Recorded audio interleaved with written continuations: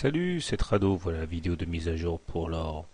L'or profite des incertitudes sur le front européen et s'adjuge donc un plus haut depuis le 23 septembre.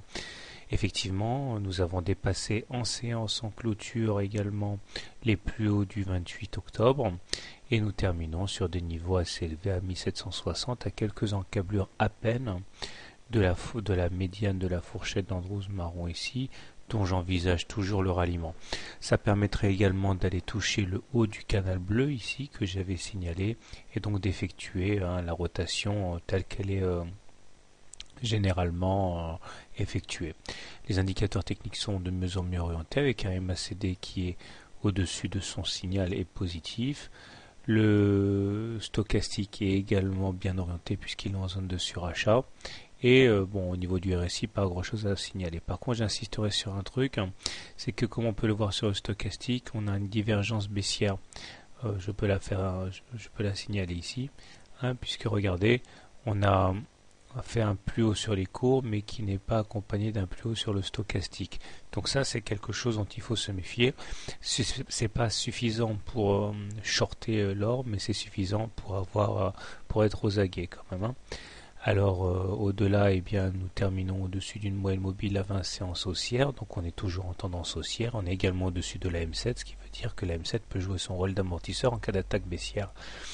On remarquera également que ça s'est fait de manière très classique puisque nous avons eu droit à notre fameux pullback sur la ligne d'eau ici de la tasse avec anse et pullback également sur la M20. Donc jusqu'à là, c'est vraiment tout à fait conforme à ce qui se passe habituellement. L'objectif maximal que nous offre cette fourchette, cette configuration en tasse avec anse est la hauteur de la tasse reportée au-dessus de la ligne d'eau, c'est-à-dire que si nous avons là la profondeur de la tasse, eh bien il faudrait nous attendre à ce que nous ayons une croissance qui nous amènerait donc sur les 1850. Ce serait l'objectif à terme. Enfin bon, ça ne sera pas une mince affaire non plus, puisqu'il faudra quand même entre-temps s'affranchir et du canal bleu et de la médiane de la fourchette d'Andrews marron. Enfin, voilà pour ceux qui veulent faire de jolis rêves. Alors si vous êtes acheteur d'or, eh bien vous avez la possibilité d'entrer tout de suite si vous êtes agressif. Si vous êtes plus prudent, vous attendrez un retour sur la M7, voire sur la M20 pour acheter. Si vous êtes baissier, eh bien moi je vous engage d'attendre quand même un contact avec la médiane de la fourchette d'Andrews marron, puisque celle-ci est l'objectif de nombreux traders haussiers. Certains risquent de descendre du train, ce qui alimenterait une impulsion baissière. Voilà, quant à moi, on est au-dessus d'une M20 croissante, donc tout naturellement, je privilégie les trades haussiers. Bonne soirée mon trade, à demain.